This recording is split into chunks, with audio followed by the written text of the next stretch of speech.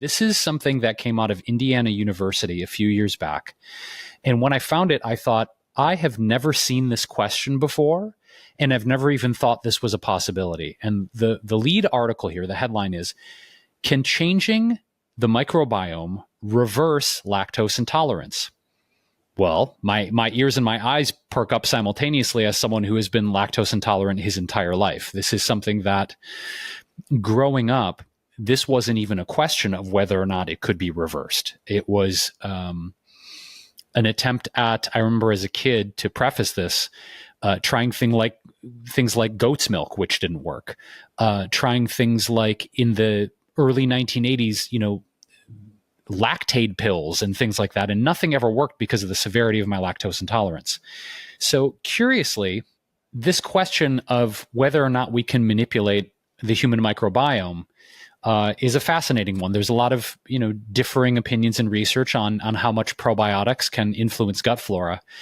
This one is a article written by a professor, like I mentioned, from Indiana University, named Pat Foster. And to preface this, I want to say that the prevalence of lactose intolerance continues to increase year after year. I think we're at about 68% of the global human population that is lactose intolerant, meaning, as we know, this is interesting because, after childhood, if, around 2/3 of the world's human population loses the ability to digest milk, we also know that 100% of non-human mammals also lose this ability after weaning. So the ongoing ability to digest lactose, which is the main sugar in milk products rather, into adulthood is a biological abnormality, meaning people who have lactase persistence, they are the mutants. Yes, there's only 15% of them. They are the mutants. Yeah. So the issue with lactose is that it can't be directly absorbed into the intestinal tract. And so it has to be broken down into smaller component sugars by an enzyme called lactase. So the new evidence in this article talks about that the decline occurs not because the genetic code is changed, but because the DNA is chemically modified so that the lactase gene is switched off. Interesting. Modifications that affect gene activity while leaving DNA sequences intact are called epigenetic. So this epigenetic modification that turns off the lactase gene does not happen in lactose tolerant or lactase persistent individuals. This is fascinating, right? So the doctor who dove into this research is a microbiologist and became interested in the causes of lactose intolerance because, he's got a friend of Norwegian descent, and this person is apparently lactose tolerant their whole life, but all of a sudden at age 45 became permanently lactose intolerant. We hear about that too. We hear about certain humans who have the ability to digest lactose because of their genetics, but then lose that ability later in life, either spontaneously or because the small intestine is damaged by disease or other traumas. In this case of his friend he's referencing, there was a high dose of pharmaceutical antibiotics that apparently changed this person's small intestine. So it's interesting to think about then, is it possible to change this? So we talk about lactose intolerance is mostly due to your genetics. In my case, on my father's side, which is Latino, which is Spanish and Puerto Rican, definitely affects Latin culture. So I know I get my lactose intolerance from dad. Thanks, Pops. And you mean that when you say thanks, because, actually having this intolerance led you to be vegan.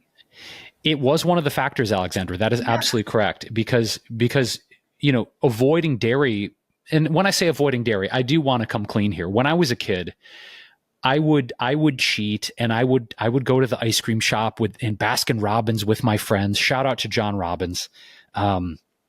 And I would cheat, and I would pay for it in the sense that I would go and have dairy ice cream, and I would want so much to have that closeness with my friends and my peers, and it would just destroy me afterward.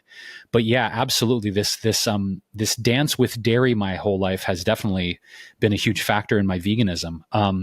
It goes deeper into the genetics of this, which is not necessarily like the point of this article, although if we'll link to it in the show notes if you want to check this out, but I wanted to get down to the microbiome part of this and talking about, we know the symptoms of lactose intolerance. I know them: diarrhea, stomach pain, cramping, intestinal bloating, flatulence. Like it's not awesome.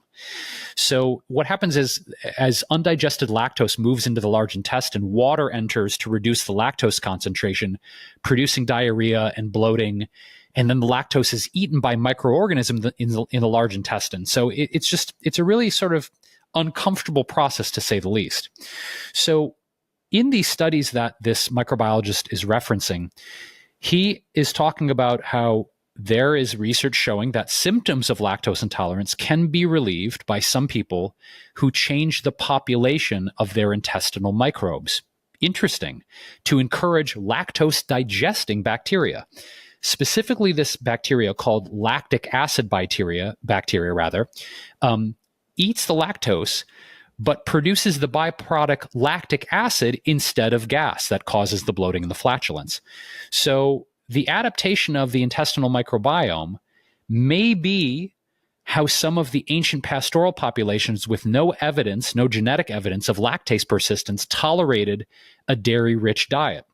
Interesting. So if we ingest lactic acid bacteria, which, Alexandra, in your brilliant research before we started, found that lactic acid bacteria is mostly sourced from vegan sources, it's vegan, you take that as a probiotic, and it can alleviate some of the symptoms of lactose intolerance. But these bacteria from the lactic acid may not persist in your colon. So a new strategy that they're devising is to feed the lactic acid bacteria a complex sugar that they can digest, but humans cannot. And in initial clinical trials, human subjects using this prebiotic reported improvements in lactose tolerance and had a corresponding shift in the contents of their intestinal microbiome. Now, does that mean I'm going to run out and I'm going to go get this new lactic acid bacteria and the complex sugars that feed it injected into my microbiome, into my large intestine? Probably not, because it's interesting. I've talked to friends about this very casually, and they said, if there was a way for you to not be lactose intolerant, would you be happy about that? Like, would you be happy being able to eat cheese and ice cream and crepes and all those things again? I've had friends ask me, and I said, no, not really, because maybe had you asked me that in the 90s, maybe I would have said yes. But the moment we're in now, Alexandra, of the incredible innovations in vegan products that are out there with cheeses and yogurts and ice creams and certainly plant-based milks, I'm never like, I really want a Havarti, or I really want a Humboldt Fog, or God, I wish I could just have, that chocolate eclair in that cafe in France. It's just, in the year 2025, I feel no deprivation whatsoever, and certainly no desire to have my lactose intolerance reversed. I'm with you. I mean, I'm an ethical vegan first, so it's against my ethics to eat anything with dairy in it anyway. But I think the interesting thing about this subject, even though for me, the idea of becoming able to digest lactose so you can have some milk or ice cream is not a great healthy thing for people. What I'm learning is that the microbiome is so important in terms of how you process what you ingest, and that we can, if we change the microbiome, we can change how we feel after eating certain foods, or maybe even, as we've discussed, the microbiome affects your mood, and so many things. So that's a really exciting thing to know, is that the more we learn about the microbiome, the more that we can help humans and animals, I guess, our own animals, be healthier and feel better.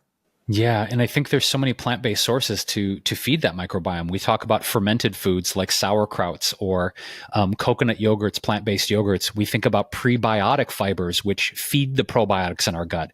We know that tubers and root vegetables, whole grains, we think about things like yacon syrup as a sweetener, all amazing as prebiotics. So there are ways to create healthy gut flora and a healthy microbiome without relying on animal products to do it.